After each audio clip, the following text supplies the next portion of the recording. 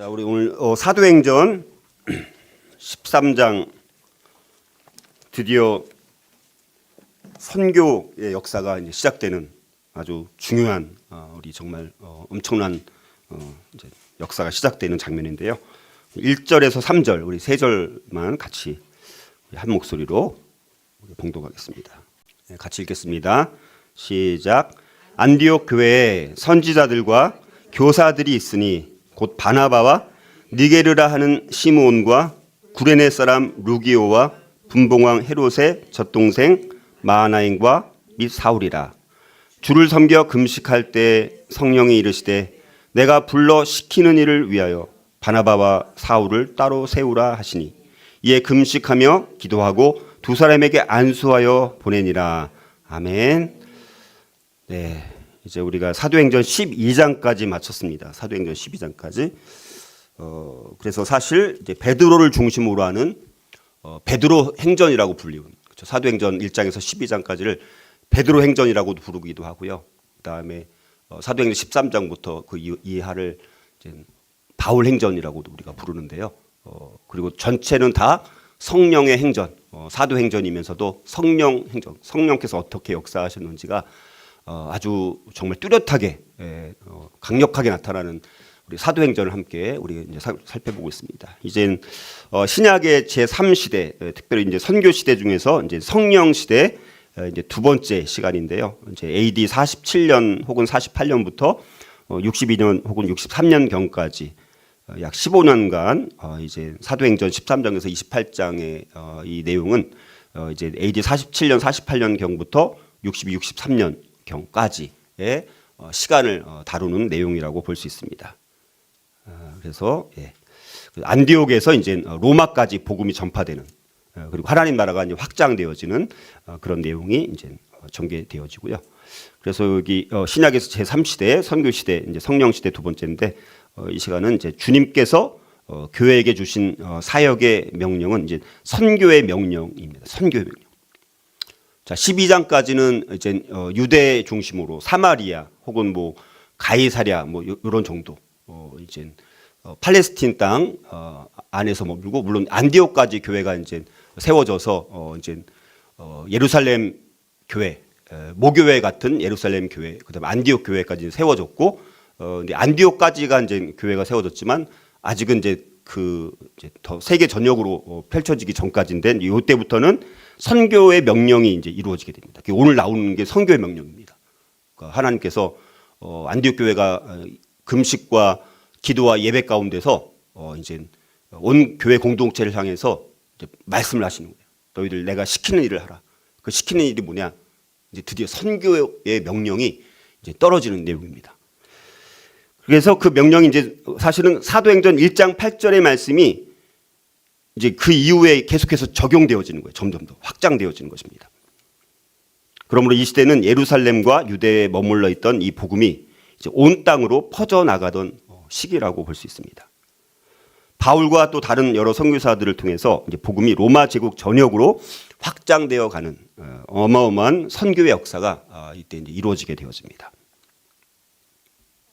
그래서 이제 사도행전 1장 8절 오직 성령이 너희에게 임하시면 너희가 권능을 받고 예루살렘과 온 유대와 사마리아와 땅끝까지 이르러 내 증인이 되리라 하시니라 라는 이 예수님의 마지막 승천하시면서 남겨주신 이 말씀이 이제 여기 이 말씀처럼 이제는 정말 예루살렘, 처음엔 예루살렘 교회 중심으로 교회가 이제 초대교회가 형성되어지다가 온 유대로 확장되어진 내용이 우리가 8장, 12장 이렇게 살펴본 것이고, 또 사마리아까지도 확장되어졌고 안디옥까지 확장된 것까지, 그 다음에 이제 나머지 땅끝, 그래서 로마까지 복음이 확장되는 이 사도행전 1장 8절에서 주어진 말씀이 어떻게 사도행전 1장에서 28장 그 전체에서 이것이 이루어지고 있는가라는 관점으로 본다라면 정말 예수님께서 승천하시면서 남겨주신 이 지상명령, 그것이 정말 이 예루살렘 교회로부터 해서 안디옥 교회까지, 그리고 수많은 교회들이 이제 개척이 되어지고,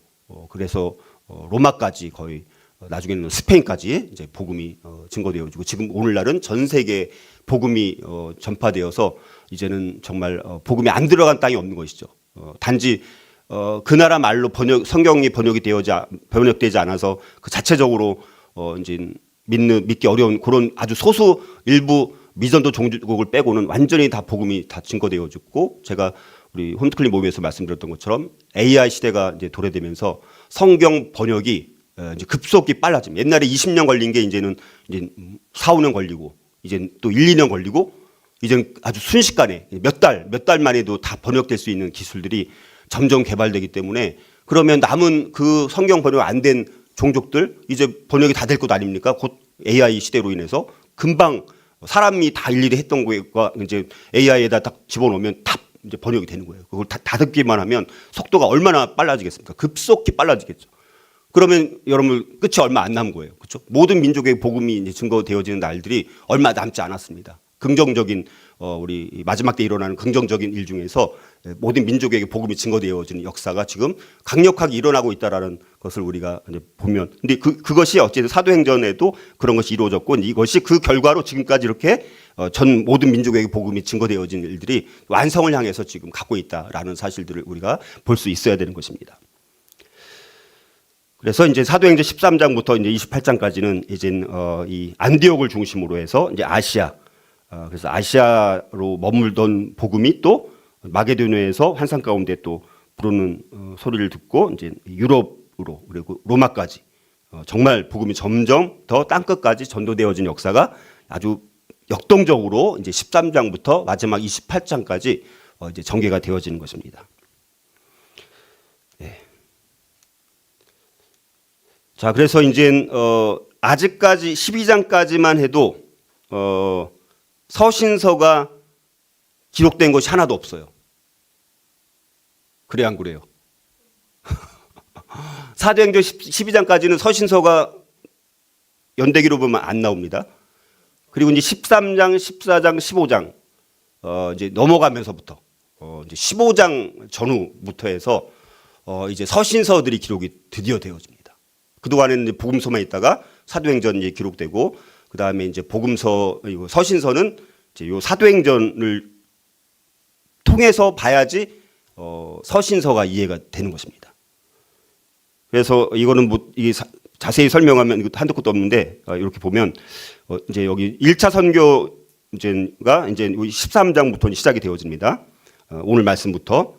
그래서 이제 그 13장, 15장 끝나는 그 언저리쯤부터 해서 갈라디아서 그리고 야고보서, 물론 이 중에는 일반 서신도 있고 이제 바울 서신도 있는데, 이렇게 이제 서신서들이 기록이 되는 거예요. 그리고 2차 선교 때 데살로니가 전서라든가 후서가 이제 기록되는 걸로 보고요. 물론 이거에 대한 여러 가지 해석들이 좀 다양할 수는 있습니다. 3차 선교 여행 때 고린도전서, 후서, 로마서가 기록되었을 것이다라고 보는 거고요. 4차 선교 때 이제 4차 선교는 선교라기보다는 이제 로마 감옥행입니다.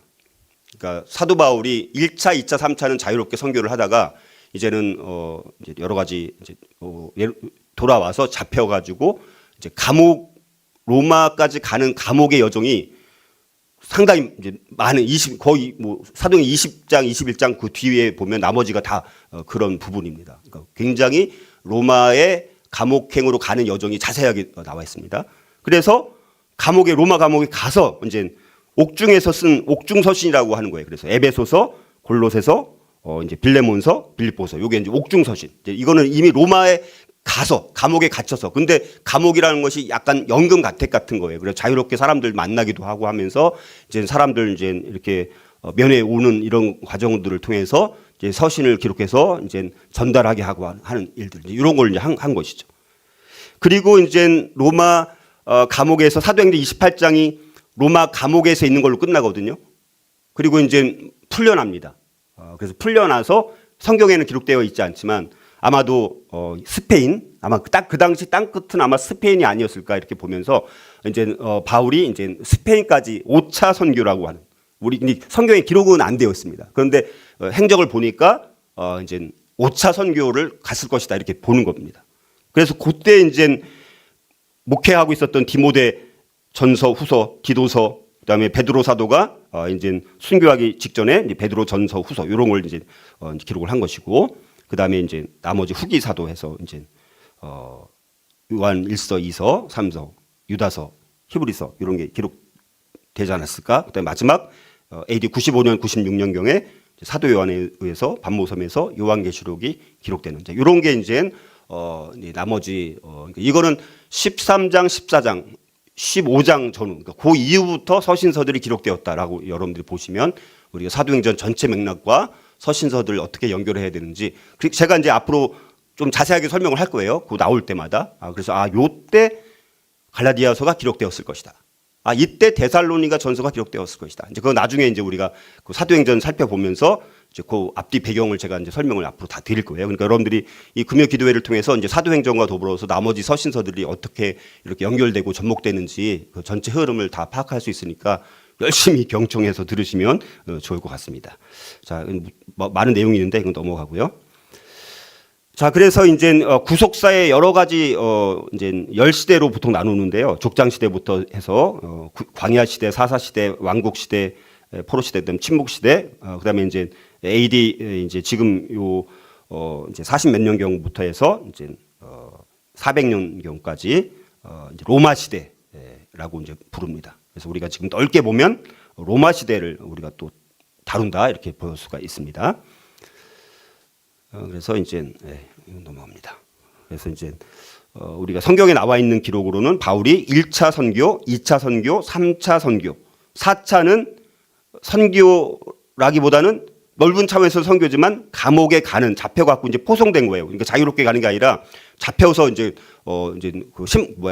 그 법정 이제 그거를 소송하기 위해서 이제 로마로 가는 과정입니다. 그러니까 4차는 이렇게 해서 이렇게 이제 여러분들 뭐 많은 그림들이 있잖아요. 그래서 그것도 제가 이제 아무튼 여러분들이 앞으로 살펴보면서 이제 바울이 누구랑 함께 또 어디를 거쳐서 어떤 일이 있었는지 이 바울의 행적에 따라서 이제 앞으로 쭉 살펴볼 겁니다. 그러니까 연대기로 사도 바울이 이렇게 또 이제 선교를 했고 이런 지역에서는 어떤 사역이 있었고 어떤 일이 있었고 어떻게 해서 로마로 이제 감옥으로 이제 가게 되어지고 이런 여러 가지 과정들을 이제 앞으로 이제 살펴보게 됩니다. 자, 그래서 이제 큰 또 흐름을 보면 처음 교회가 어디죠? 처음 교회가 예루살렘 교회입니다. 그러니까 처음 교회는 처음 초대교회 원시교회라고 할 수 있는 것은 예루살렘 교회인 거예요. 그리고 예루살렘 교회는요 대부분 어떤 민족이죠? 거의 유대인들이에요. 그러니까 우리가 생각보다 처음에도 막 이방인들이 처음부터 많이 믿은 걸로 우리가 그렇게 이제 생각할 수가 있는데 그렇지 않고 상당히 오랜 기간 동안 거의 유대인들 중심으로만 선교가 됐다라는 거예요. 대부분이. 그러니까 몇천 명 이상이 있죠. 한 번에 뭐 3천 명 뭐 그렇게 막 믿는 역사가 있었으니까. 근데 그들 대부분이 이제 유대인들입니다. 물론 팔레스틴 땅에 사는 유대인들만이 아니라 다른 지역에서 온 사람들도 오순절 뭐 사건이라든가 그런 계기를 통해서 어찌됐든 이제 유대인들 중심으로 이제 그렇게 믿고 그다음에 이제 안디옥 교회에서 이제 이방인들 중에서 좀 믿는 역사가 이제 일어나면서 이제 바나바를 파송하면서 조사하게 해서 바나바가 바울을 데리고 와서 이제 거기서 사역을 하면서 안디옥 교회가 이제 부흥하게 되어지고 또 그리스도인이라고 일컬음을 받는 그런 역사들이 일어났던 것이고 이제 그래서 안디옥 교회가 이제 선교의 중심이 이제 예루살렘 교회가 아니라 이제 이방인 교회인 안디옥 교회가 선교의 기지가 되는 것입니다. 여기서부터 큰 변화가 일어나는 거예요. 그리고 이제 이게 점점 아시아 지역으로 이제 했다가 다시 이제 데살로니가 이렇게 점점 하면서 나중에 로마까지 가게 되어지고 이것이 스페인까지 가게 되어지고 유럽으로. 근데 참 특이한 것은 전체적인 이 복음이 확장되는 이 그림을 보니까 복음이 점점 서진한다는 거예요. 서진이라는 게 뭡니까? 서쪽으로 진행한다는 것이죠. 서쪽으로 복음이 옮겨지고 있습니다. 예루살렘 교회에서 안디옥 교회, 안디옥에서 로마로, 그다음에 이제 땅끝 그쪽 당시 땅끝 스페인까지 이제 넘어갔다가 유럽으로 갔다가 이게 다시 이제는 유럽 교회에서 어디로 넘어갑니까? 복음이 이제 미국 교회로 넘어가는 거죠. 청교도를 중심으로 이것도 서쪽으로 계속 복음이 확장되는 것입니다. 그리고 미국 교회에서 이제 아시아로 중국이나 물론 중국은 유럽에서도 물론 선교를 했지만 자 그래서 이제 일본과 한국 교회를 통해서 지금 또 다시 서진을 해서 점점 이 예루살렘, 이 이슬람, 그러니까 여기 10, 40이라는 창이 있습니다. 그러니까 지금 가장 복음이 확장이 안 되는 곳이 어디냐? 복음이 막힌 곳이 어디냐? 복음이 계속해서 서진해 가야 되는데, 근데 지금 중국에서 이미 막히고 있죠. 중국. 그렇죠? 중국. 그리고 그러니까 중국 교회가 중요한 이유는 뭐냐면 중국에 많은 인구들이 있지 않습니까? 그러니까 이제는 이 중동 지역, 이슬람 지역, 불교 지역, 힌두교 지역 이런 미전도 종족 지역을 선교하려면 중국 교회가 일어나야 되는 거예요. 중국 교회. 근데 중국 교회가 일어나려면 한국 교회가 일본 교회와 더불어서 이거를 중국 교회를 일깨워서 한국 교회의 리더십과 이런 것을 이제 중국 교회를 사람들을 동원시켜서 복음이 서진으로 가서 땅끝까지, 물론 땅끝이 지금 우리가 있는 곳도 땅끝이지만 큰 그림으로 봤을 때는 지금 이슬람교, 힌두교, 불교 이런 지역이 선교가 가장 안 되는 거예요. 복음이 전해지기 가장 어려운 지역이 요 40창입니다. 지금 그러니까 진짜 중요한 것이 이 지역이 선교되는 것이 지금 남은 사역인 거예요. 대부분의 미전도 종족은 이 안에 있습니다. 인도에 엄청나게 많죠. 또 뭐 파키스탄 같은 데도 엄청나게 많죠.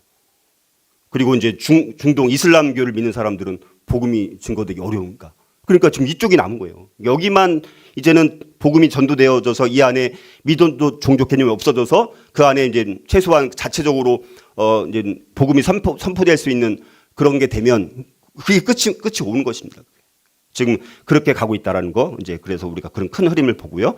그래서 이런 일들 가운데 이제 처음으로 이제 선교사로 파송된 사람들은 사도 바울과 특별히 바나바 이 두 사람을 중심으로 그리고 아마도 마가 요한도 1차 선교 때는 같이 아마 수행원으로 가지 않았을까. 그리고 뒤에 보면 수행원으로 마가 요한이 갔다라고 기록되어 있습니다. 근데 처음 출발할 때는 마가 요한이 같이 갔는지라고 따로 정확하게 기록은 되어 있지 않지만 아마 같이 출발하지 않았을까. 이렇게 이제 보시면 되겠습니다. 그래서 이렇게. 그래서 이제 사도행전 13장, 14장이 이제 1차 선교 여행에 대한 내용입니다. 그러니까 13장, 14장 두 장에 걸쳐서 1차 선교가 어떻게 진행되는지 그리고 돌아와서 이제 예루살렘 종교회의가 또 15장은 이제 할례 받는 걸로 인해서 이제 그러면 구원받은 유대인이 아닌 이방인들은 그럼 할례를 받아야 되느냐 마느냐 뭐 이런 걸 가지고 또 논쟁을 하면서 예루살렘 종교회의가 이제 15장에 가서 이제 이야기가 나오게 됩니다. 그러니까 큰 흐름들을 이렇게 보시면 그러면 여러분들이 사도행전을 입체적으로 이렇게 여러분들이 볼 수가 있습니다. 자, 그래서 이제 연도는 아마 뭐 46년, 47년, 48년, 49년 이건 정확하게 딱 말씀드릴 수는 없지만 대충 40년, 47년, 48년 경 어느 때쯤이 아닌가. 그래서 안디옥 교회가 선교를 위해서 바울과 바나바를 이제 처음에 아시아 지역으로 파송을 하게 되었습니다. 그래서 구브로 섬, 아나톨리아 남쪽 지방으로 다니면서 전도하게 되어지고 유대인과 또 이방인이 섞여 있는 교회들을 이제 이때부터 개척하게 되어지면서 교회가 이제 이때부터 다른 지역에서도 여러 곳에서 이제 교회들이 이제 개척이 되어지기 시작합니다. 그래서 오늘 초대교회 이야기 58번만 우리가 하나만 다룰 텐데 이제 부름받은 바나바와 사울에 대해서 안디옥 교회가 이제 바울과 바나바를 파송하는 내용이 나오고 그것이 이제 바울의 1차 전도 여행의 배경이 되는 것입니다. 여기서 이제 안디옥 교회가 이제 예배 가운데 하나님의 음성을 듣고 이제 내가 시키는 일을 위해서 사람을 세우라 해서 바나바와 바울을 세워서 안수해서 이제 선교사로 파송하는 게 오늘 배경인 거예요. 그리고 이제 4절부터가 실제 이제 선교가 어떻게 되는지 그 어느 지방으로 이동했는지 이런 게 이제 4절부터 나오게 되는 것입니다. 자, 그래서 이제 오늘 열린 선교 지향적 교회라는 제목으로 함께 우리가 나눠볼 텐데요. 교회를 향한 하나님의 음성이 어떻게 진행되는지를 우리가 살펴보는데 교회가 오늘날은 홍수시대입니다.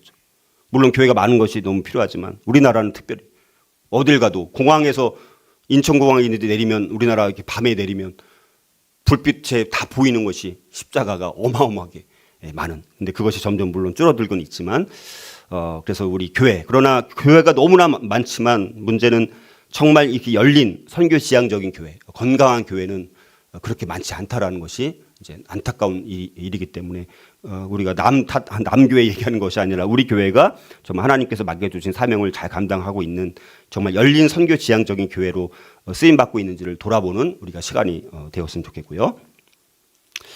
그래서 이제 이 안디옥 교회가 그런데 너무너무 건강하고 열린 선교 지향적인 교회라는 그 특성을 너무나 잘 보여주고 있다는 거예요. 그러니까 오늘날 사람들이 교회 이름을 지으면서 안디옥 교회라고 많이 짓는 거예요. 자, 복음에는 생명이 있기 때문에 복음은 반드시 역동적으로 움직일 수밖에 없다는 사실입니다. 복음 안에는 생명이 있기 때문에. 또 우리 성도들이 복음 안에 있는 생명력으로 인해서 우리 교회가 건강한 생명력 있는 역동성 있는 교회가 되어야 되는데, 안디옥 교회가 바로 그런 교회의 너무 이상적인 교회의 모습을 우리에게 보여주고 있다는 사실입니다. 자, 그래서 안디옥 교회에 있었던 그동안 우리 살펴봤던 것들을 돌아보니까, 자, 우리 스데반 집사님의 순교로 인해서 교회에 많은 사람들이 흩어졌는데, 근데 그때 몇 년 지나서 안디옥까지 이제 거기에 있는 헬라인들에게도 복음이 전해지게 되어집니다. 그래서 복음의 씨앗을 받은 그리스도인들이 안디옥이라는 곳에 모이기 시작하게 되었죠.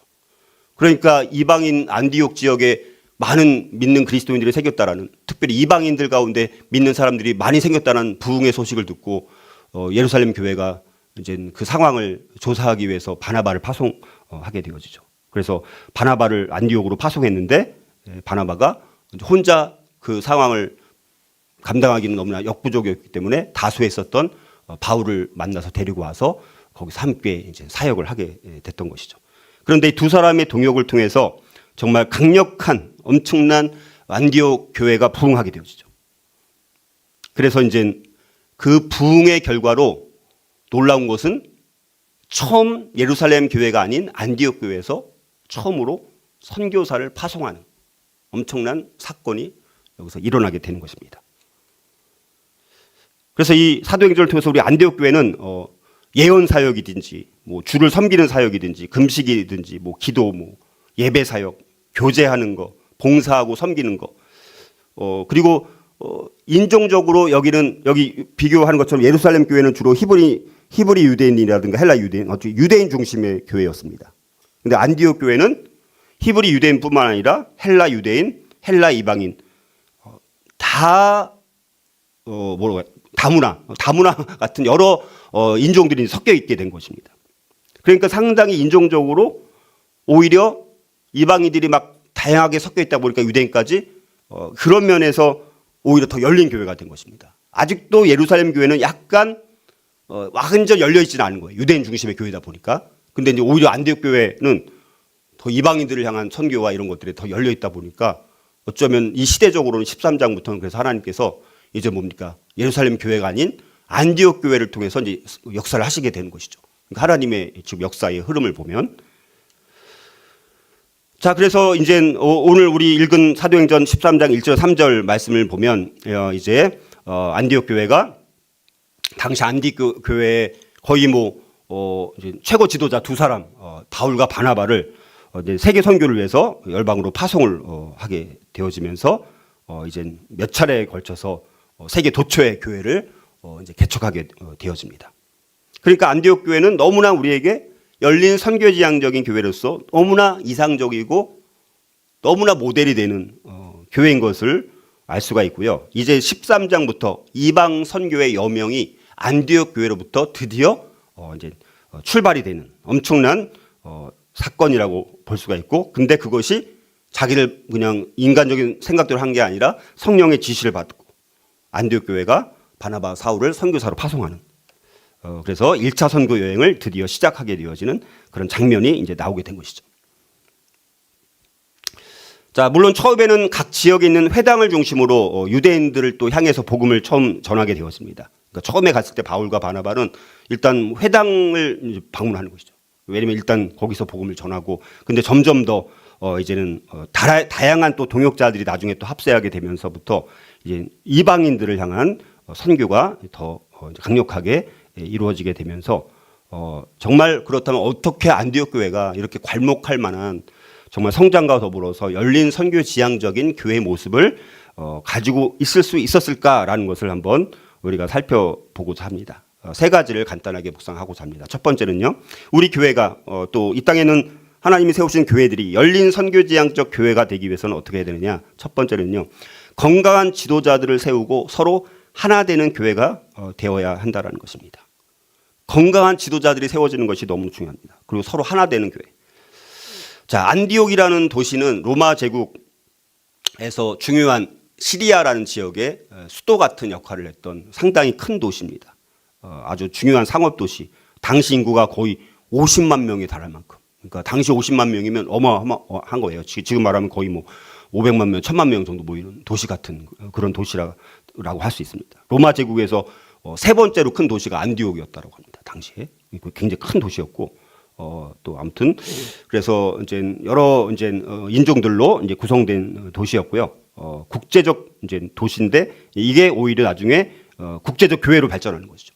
그 지역 안디옥이란 지역 자체가 국제적 도시였는데 거기서 교회가 세워지고 교회가 부흥하니까 이제 국제적 교회로 이제 이 교회가 아주 우뚝 서게 되어지는, 그래서 전 세계를 향한 기독교 선교의 발판이 되는 아주 중요한 역할을 수행하는 그런 장점이 되었던 도시가 바로 안디옥이었고, 안디옥 교회에서 이제 교회 공동체, 신앙 공동체를 이룬 안디옥 교회가 이제 선교적 사명을 이제 붙들고 부르심에 따라서 이제 그리고 그 전에 이제 지도자들이 세워진 것이죠.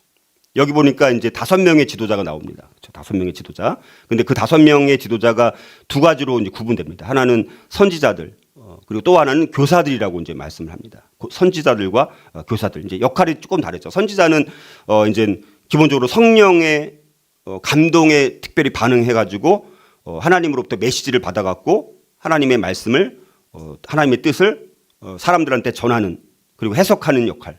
하나님의 말씀을 선포하고 사람들 깨우치고 회개하는 역할이 주로 선지자 역할이라고 한다라면, 교사는 그리스도인으로서 우리의 삶을 어떻게 살아갈 것인가에 대한 기본적인 가르침을 이제 전해주고, 또 지혜를 가지고 어떻게 우리가 분별해서 살아갈 것인가를 가르치고 예수님의 삶과 가르침에 대한 것들을 전하는 양육적인 이런 사역이 주로 교사들이 하는 역할이었는데, 근데 이 안디옥 교회가 이런 선지자의 그런 역할이라든가 교사의 역할을 할 수 있는 그 지도자 그룹이 이렇게 5명 이렇게 확실하게 있었다라는 것입니다. 처음에는 바나바와 바울 두 사람으로 시작된 이 안디옥 교회가 이제 거기 자체 안에 이제 새로 온 그 이방인들 안에서 이제 지도자로 세워지는 엄청난 역사가 있었다라는 것입니다.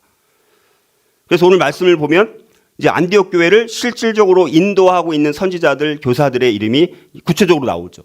첫 번째 나오는 사람 이름이 이제 바나바입니다. 바나바. 우리는 이 바나바는 뭐 예루살렘 교회에서 이제 안디옥 교회에 이제 뭐 파송한 사람이니까 이제 거기 뭐 선교사로 파송한 게 아니라 조사하도록 파송했는데 거기서 이제 지도자로 이제 역할을 한 거죠. 그러니까 굉장히 중요한 인물이죠. 처음에 가장 출발점이 되는 지도자가 이제 바나바죠. 이 사람은 구브로, 키프로스, 이제 곧 나오는 뒤에 보면 첫 번째 1차 선교 여행이 이제 구브로라는 지역을 가게 되어지거든요.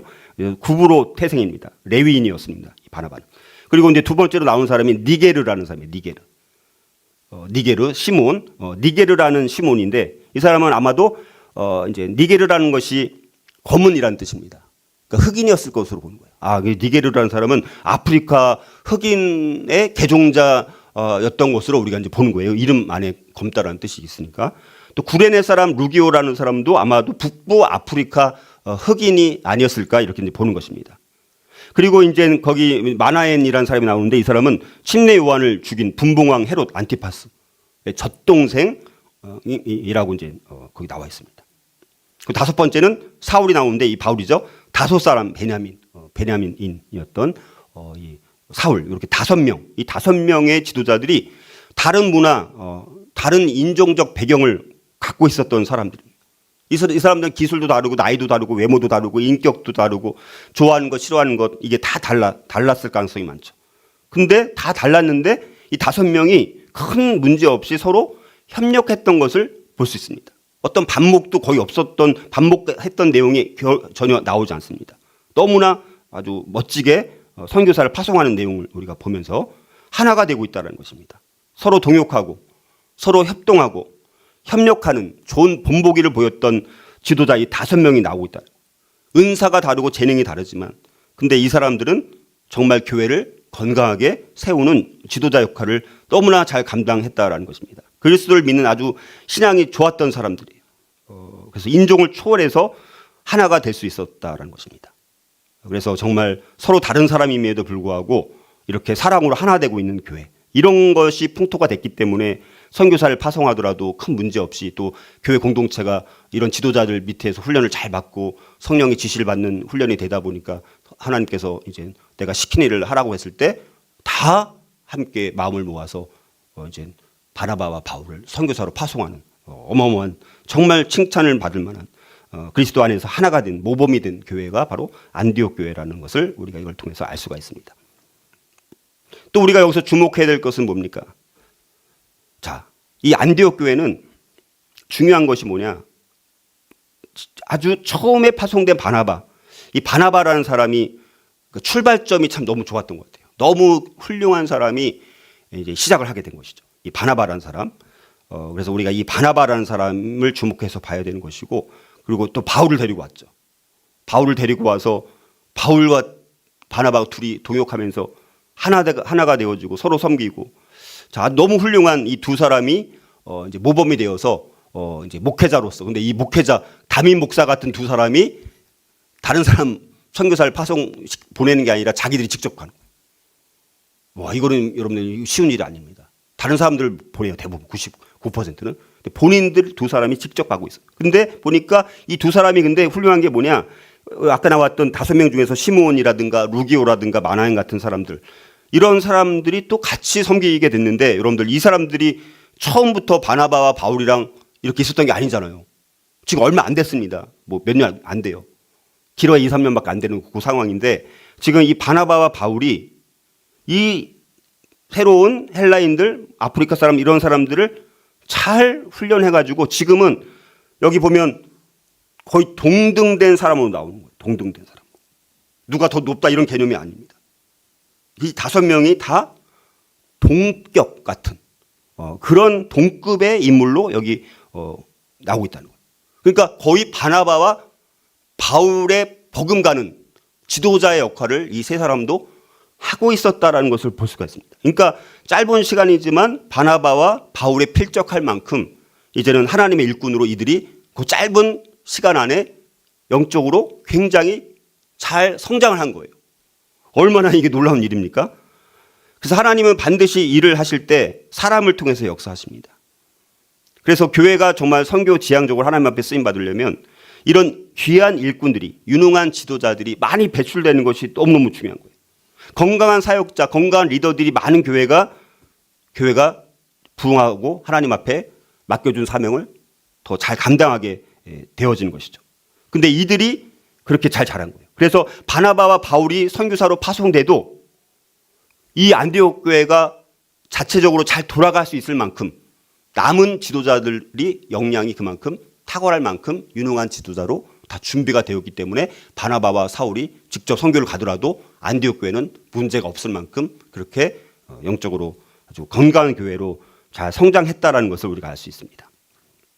자, 그런데 오늘날 우리 교회들이 점점 약해지고 무너지는 이유가 뭐냐?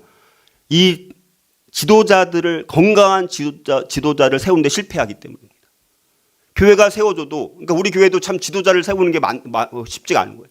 정말 훌륭한 리더로 더 많은 성도들이 일당백을 할 수 있는, 물론 우리 교회가 다 일당백을 하고 있는 모든 성도님들이긴 하지만 어찌됐든 교회가 무너지고 점점 약해지는 것은 일꾼들이 부족하기 때문입니다.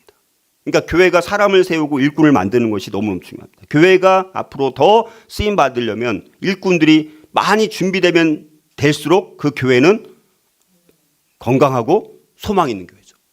그러니까 우리 교회 성도님들이 더 말씀을 훈련받고 우리 말씀과 기도에 더 집중하고 또 여러 역할들을 잘 감당하면서 더 많은 이제 일꾼들이 세워질 때 우리 교회가 이렇게 열린 선교 지향적인 교회가 되어서 하나님 앞에 더 귀하게 쓰임 받게 된다라는 것입니다.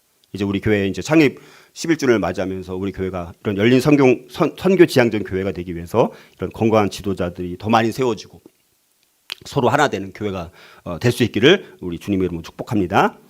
자, 두 번째로 우리 교회가 또 열린 선교지향적인 교회가 되기 위해서 어떻게 해야 될까? 두 번째는요, 진지하게 하나님을 예배하는 일에 열심을 내는 교회가 되는 것이 중요합니다. 자, 열린 선교지향적 교회는요, 예배하고 기도하는 일에 열심히 있는 교회입니다.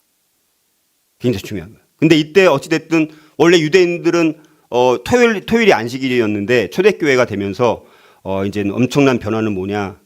주일로 바뀌면서 일요일로 바뀌면서 이제 주님의 부활하신 날, 그러니까 처음에는 안식일 날 모이기 시작했던 사람들이 이제는 주일 주님이 부활한 날, 그날에 사람들이 모여서 이제 예배하기 시작합니다. 그래서 교회가 이제 주일을 중심으로 이제 바뀌게 된 것입니다. 그리고 예배 자리에 주님의 임재하심이 있는 거예요. 예배 자리. 그러니까 예배가 얼마나 중요하냐면 예배가 정말 제대로 될 때 거기서 역사가 일어나는 거예요. 그러니까 예배가 그래서 중요한 것입니다. 주님이 다시 살아난 그 날을 기념하고 그날 특별히 하나님의 임재하심이 강력하게 있는 날이 주일이 되어 가고 있는 것이죠. 근데 2절과 3절 보면 오늘 특이한 말씀이 나옵니다. 자, 거기 뭐가 반복되냐면 금식이란 말이 2번 나와요. 2절에도 금식이 나오고 3절에도 금식이 나옵니다. 근데 여러분들 이 금식이란 말이 그냥 따로 나오는 게 아니라 연결돼서 나오는 거예요. 2절에도 보면 주를 섬겨서 금식할 때, 그죠? 주를 섬긴다는 것은 쉽게 말하면 뭐냐? 주님을 예배할 때입니다. 주님을 예배할 때. 그러니까 주님을 예배할 때 지금 하나님의 이제 음성이 들린 거예요.